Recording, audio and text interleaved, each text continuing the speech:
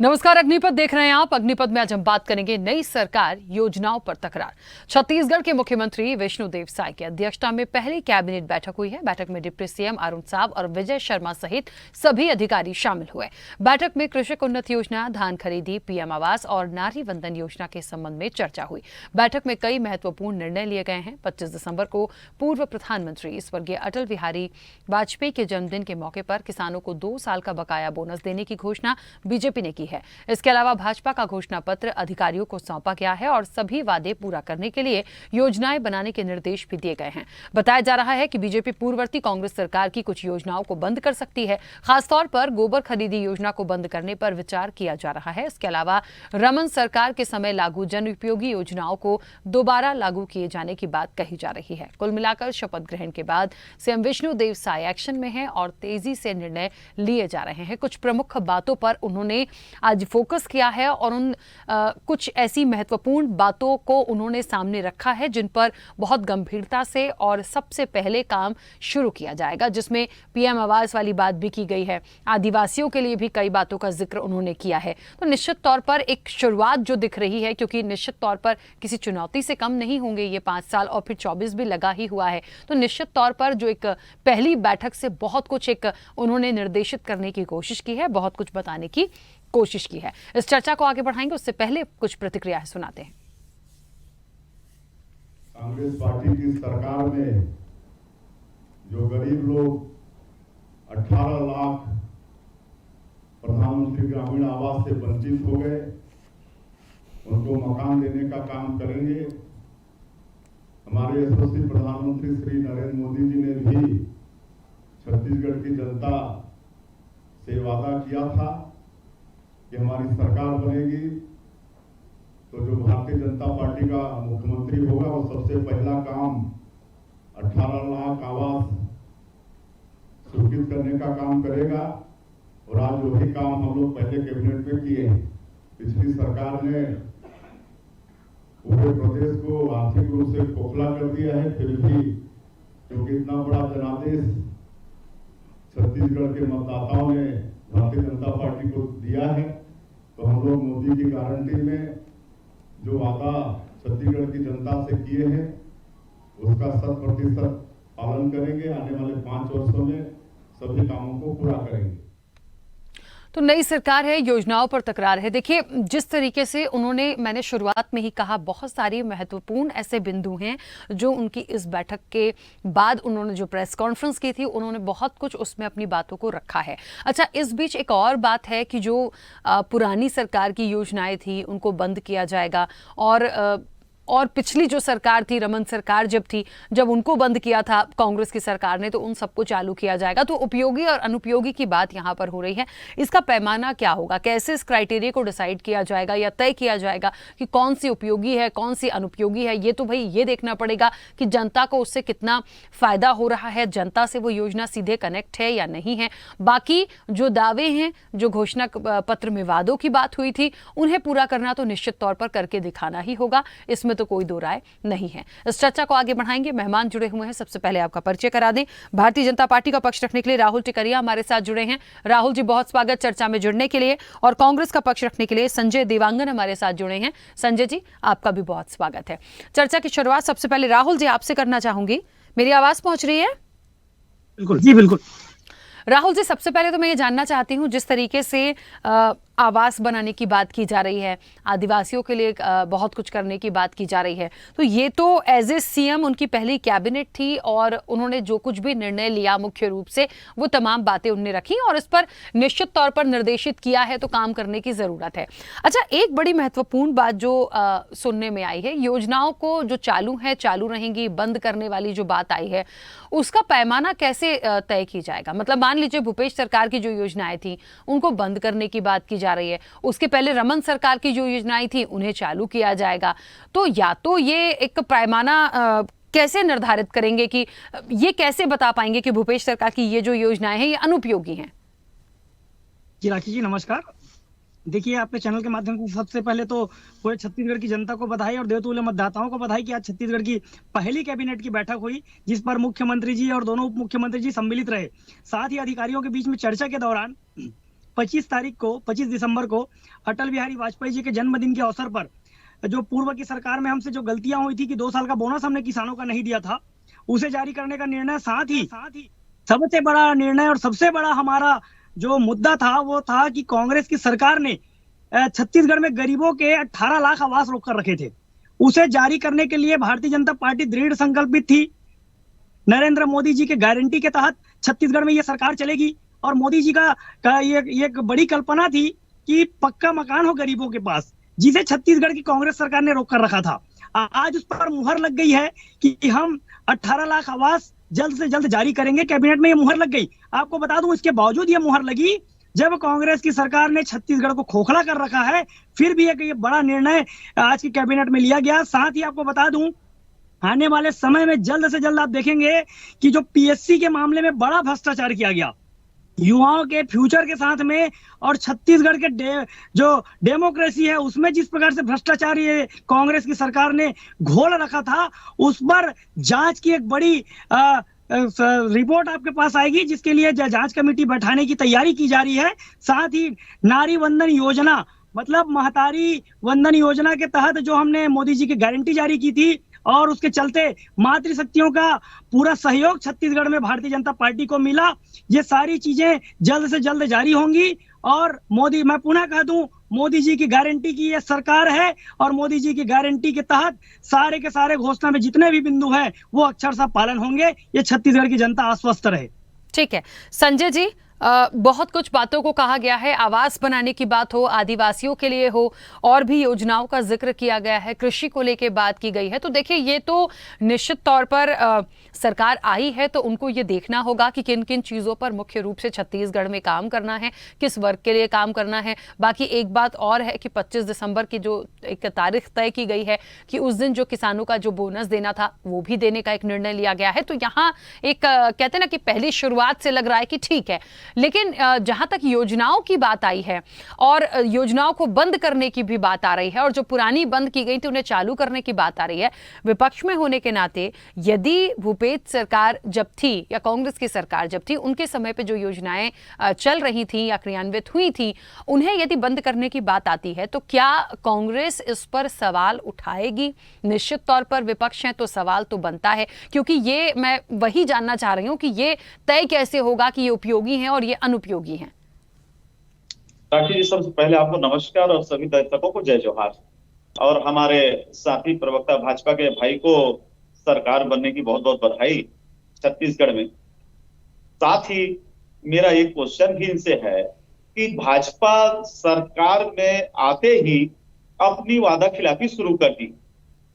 पहली बात, जिन माताओं बहनों ने, नारी शक्ति ने बढ़ चढ़ करके इन्हें वोट दिया और आज सरकार में बैठाए हैं, उनके खिलाफ ये शुरू कर दिए। जो गोबर नहीं खरीदने की जो बातें चल रही, अटकलें आ रही हैं, आपको बता दूं छत्तीसगढ़ प्रदेश में एक नई आर्थिक सामाजिक क्रांति का आगाज हुआ था गोबर क्रय से।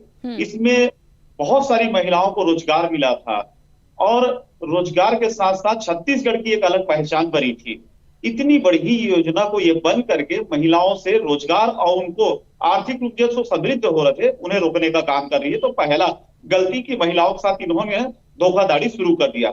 दूसरी धोखा बता दूं आपको, आज जो प्रेस वार्ता में आपने जो दिखाया मुख्यमंत्री जी का और प्रेस वार्ता के बीच में एक बात उठी शराबबंदी को लेकर के। पिछले 5 साल में भाजपा छाती पीट पीट करके माताओं बहनाओं के लिए आंसू बहा रही थी और पीड़ा सहन नहीं कर पा रही थी। क्या भाजपा के सरकार बनते ही शराब अमृत हो गई? इन्होंने बंद करने की जो प्रश्न पत्रकारों ने उठाया उस पर जवाब मुख्यमंत्री जी ने देने के बजाय हंस करके टाल दिया और उनके मंत्री भी बोले कि अगली प्रश्न लाओ। तो क्या ये छत्तीसगढ़ की माताओं बहनाओं के साथ मजाक शुरू नहीं कर दिए? इस दोनों का प्रश्न मेरे को हमारे प्रवक्ता साथी देंगे। साथ ही एक बात और बता दूं आपको, ये जो गरीबों की पैमाना जो है, जो पिछले कार्यकाल में हमारे माननीय भूपेश बघेल जी ने कांग्रेस की सरकार में 40 लाख लोगों को गरीबी रेखा से ऊपर उठने की जो बात कही थी, जिसे भाजपा ने कहा था कि ये मात्र कागज के आंकड़े हैं, इसमें कहीं सत्यता नहीं है। तो क्या ये जो 500 रुपए में सिलेंडर की बात कर रहे हैं, ये गरीबों को किस मापदंड पे रखते हैं और किस आधार पे देंगे?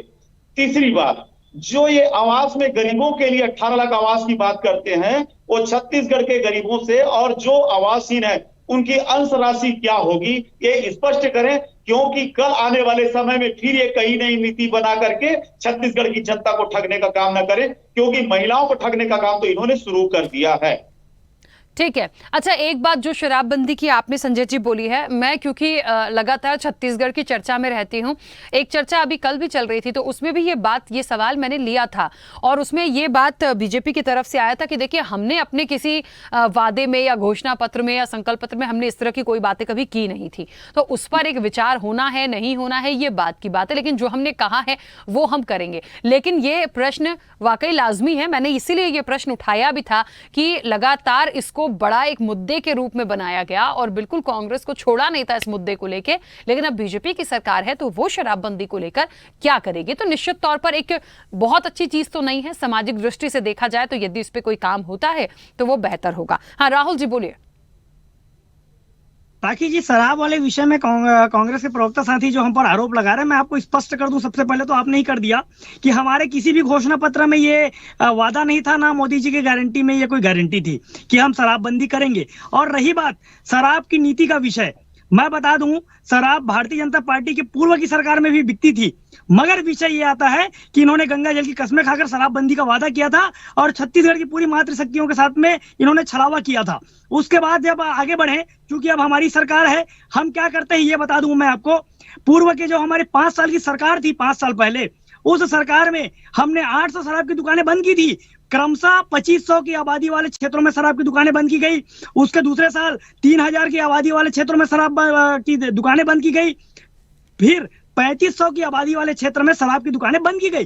टोटल 800 शराब की दुकानें हमने अंतिम 5 साल की सरकारों में बंद की और कहीं ना कहीं हम शराब के नियंत्रीकरण की ओर बढ़ रहे थे।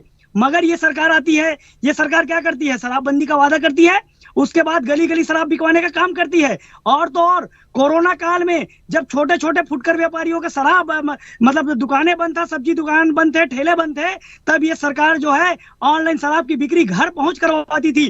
तो ये सरकार की, कांग्रेस सरकार की नीति थी। और सबसे बड़ा विषय, इन्होंने प्रीमियम शराब की दुकानें खोली और शराब की दुकानों का जो संख्या है उसे बढ़ाया। तो जाहिर सी बात है, शराबबंदी के वादा करने वाली जो सरकार है आज हम पर आरोप लगा रही है, जिन्होंने अपने स्वयं के घोषणा पत्र में शराबबंदी का वादा किया था। मैं पुनः कह दूं, हमारे किसी भी घोषणा पत्र में शराबबंदी का वादा नहीं था, लेकिन हम शराब का जो ये गली गली शराब बिकवा रहे हैं, गारंटी देता हूं मैं आपको मोदी जी के गारंटी के तहत कि शराब गली गली नहीं, नियंत्रित होकर बिकेंगे। ठीक है। हाँ संजय जी बोलिए, कुछ कहना चाह रहे हैं। बंद नहीं करेंगे भाई, यही बात को कह रहा हूँ। हमने अपने घोषणा पत्र में नहीं डाला भाई, ये हम समझते हैं कि छत्तीसगढ़ की से संबंध है, शराबबंदी नहीं कर सकते, ये समझने वाली चीजें। केंद्र बैठे थे, उन्होंने कहा था काले धन वापस लाएंगे, 15-15 लाख खाते में आएंगे, 2 करोड़ लोगों को प्रतिवर्ष रोजगार मिलेगा। कृषि के 3 काले कानून बनाए थे, जो लोगों को 800 लोगों से अधिक लोगों ने अपनी जान गंवाई। मैं ये कह रहा हूं कि क्या भाजपा, मैं नहीं कहता आपकी गारंटी नहीं, क्योंकि आपकी गारंटी उसे तो आप पूर्ण नहीं करेंगे, हमें पूर्ण विश्वास है, लेकिन हम जनता के साथ बैठे हैं, हम आपसे अधिकार के पूर्वक काम करवाएंगे। कांग्रेस नहीं चाहती कि हम वादा पूरा करें, कांग्रेस नहीं चाहती कि हम वादा पूरा करें, मगर हम कटिबद्ध हैं। अच्छा, महिलाओं के साथ गारंटी है। था क्या वो शराब भाजपा के शासनकाल में अमृत हो गई? ठीक है, देखिए विषय सिर्फ शराब का नहीं है, विषय सिर्फ शराब का नहीं है, योजनाओं की भी बात हो रही है। किसको बंद करेंगे, उसका पैमाना क्या होगा, किसको चालू रखेंगे, कैसे इंप्लीमेंट कराएंगे, और जो बातें आज विष्णुदेव साय ने कही हैं, उसको यदि मकान बनाने की बात हो रही है तो वो किसी चुनौती से कम नहीं है, उसको आप कैसे दे पाएंगे।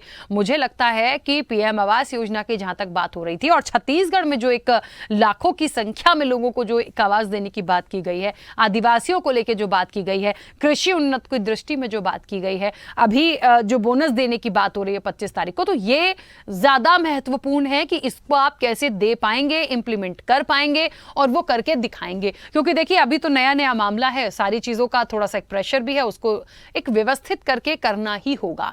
अब जहां तक कांग्रेस की तरफ से बात है, तो निश्चित तौर पर क्योंकि ये बड़ा मुद्दा था शराबबंदी इस पूरे इलेक्शन में, इसलिए ये बात उठकर आ रही है। मुझे लगता है आने वाले समय के लिए विचारणीय होगा। और संजय जी, ऐसा नहीं है कि बीजेपी की सरकार है तो इनके लिए शराबबंदी अमृत हो गई। मैंने आपसे कहा कहा ना, मैं कल एक चर्चा में थी, बीजेपी का स्टेटमेंट वही है जो अभी राहुल जी भी दे रहे हैं कि उन्होंने कोई प्रॉमिस या कोई इस तरह की बात कभी शराबबंदी को लेकर नहीं की थी, और आपके पीछे इसलिए पड़े थे क्योंकि आप लोग अपने वादों में ये चीज लेकर आए थे। क्या मुझे अवसर है? हाँ बोलिए। मैंने शराब की बात को इसलिए कहा था क्योंकि जिस महिलाओं की सम्मान को लेकर के, जिनकी दर्द और पीड़ा को लेकर के छाती पीटते थे, और महिलाओं ने इन्हें बढ़ चढ़ करके इस बार वोट दिया है।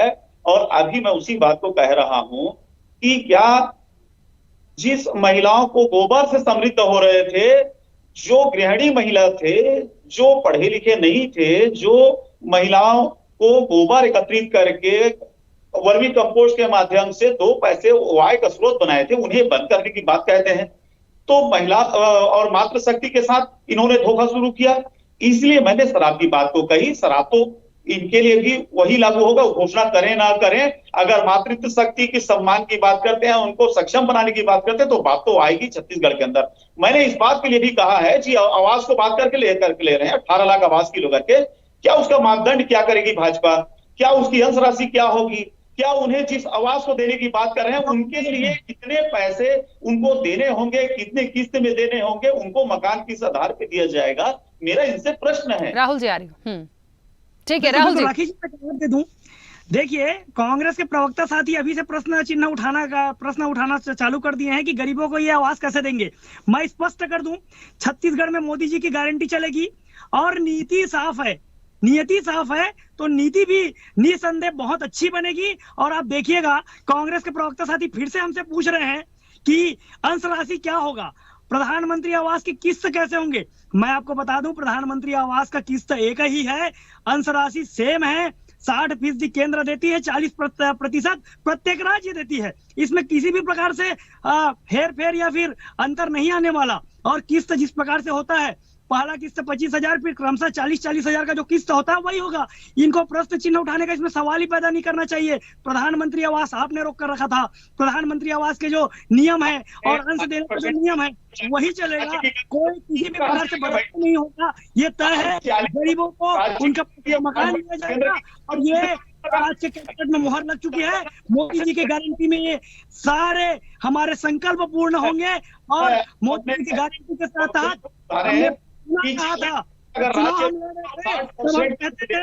हमने बनाया है, हम ही संवारेंगे, ये हमारा प्रतिबद्धता था और हम उसके और आगे बढ़ रहे हैं। निसंदेह गरीबों को उनका बहुत जल्द पहुंचेगा और जल्द से जल्द मिलेगा। देखिए, ये तो खैर आने वाले समय की बात है। मुझे लगता है जब चीज़ों पर काम होगा वो सामने आएंगी तो पता भी चल जाएगा, क्योंकि जब नहीं होंगी तो मुझे लगता है उसके लिए विपक्ष भी है, जनता खुद भी अपनी बातों को सामने पहुंचाएगी। तो मुझे लगता है ये तो देखने वाली चीज़ें होंगी कि आने वाले समय में कितना होता है।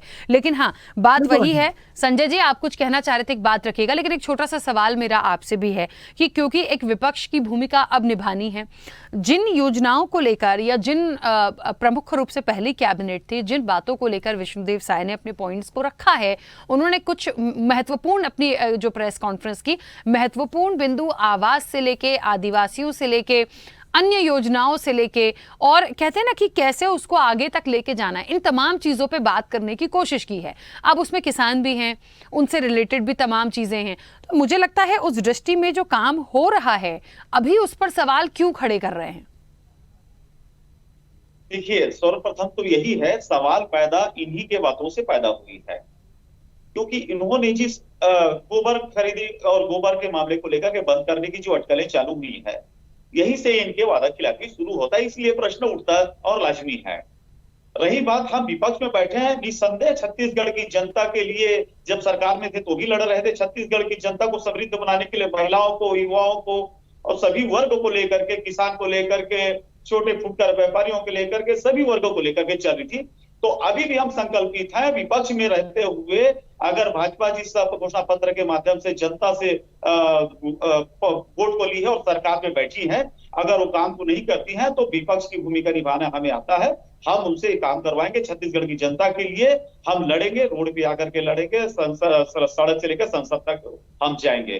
तो इनके लिए हम तत्पर हैं। आने वाले समय में इनको दिखेगा भी ये चीज। और हमारा जो प्रश्न है आज आप देखिएगा, भले ही आज आपके सवाल जो मैं कह रहा हूं उसको आपको सवाल लग रहे हैं, लेकिन ये आने वाले समय में इनकी वादा खिलाफी की आज शुरू हो गई है। जिस तरह से तत्कालीन मुख्यमंत्री, अभी हमारे विष्णुदेव साय मुख्यमंत्री जी ने इस बात को हंस करके टाला है, ये आने वाले के लिए बहुत बड़ा प्रश्न है। ठीक है, चलिए, ये तो खैर निश्चित तौर पर जो बात है, विपक्ष की भूमिका आपको निभानी है, जितनी मजबूती से होंगे उतना ज्यादा फायदा होगा, ये अच्छी बात है। राहुल जी, एक बात मुझे ऐसी लगती है, जब भी कोई योजना आती है या जब भी हम अपने वादों को पूरा करने की बात करते हैं या उस दृष्टि में बढ़ते हैं, जैसा कि विष्णुदेव साय ने एक कदम उस पर आगे बढ़ाया है, मुझे लगता है अब जो अगला सवाल आएगा, मान लीजिए आवाज देने की बात हो रही है, अब उस आवाज के लिए कैसे उसका निर्माण हो रहा है, कहाँ उसका निर्माण हो रहा है, किस तरह की गुणवत्ता है, किस तरह से वो लोगों को दिए जाएंगे, पात्र लोगों को दिए जाएंगे, अपात्र लोग ना हो, मतलब समझिए एक पूरी प्रोसेस होती है। मुझे लगता है इस चीज का बहुत विशेष रूप से ध्यान रखने की जरूरत है, क्योंकि लास्ट में क्या होता है, जब ये तमाम चीजें हो जाती है ना, तो बहुत सारे लोग ऐसे भी निकलते हैं और विपक्ष तो इस पर नजर रखेगा ही। मुझे लगता है किसी को बोलने का मौका ना मिले, यदि है तो उसको प्रॉपर तरीके से दे पाए।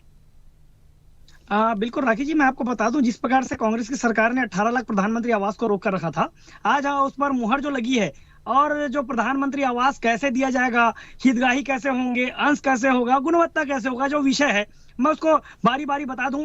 देखिए, जो सूची प्रधानमंत्री आवास की थी, जिनके लिए प्रधानमंत्री आवास आया था, और 18 लाख ये सूची है जिनको कांग्रेस की सरकार ने रोक कर रखा था, ये सूची बनी बुनाई है, उनको ही जाएगा। दूसरी बात, अंश का जो विषय है, मैं आपको बता दूं, 40% अंशदान राज्य सरकार का होता है, 60% अंशदान केंद्र सरकार का होता है।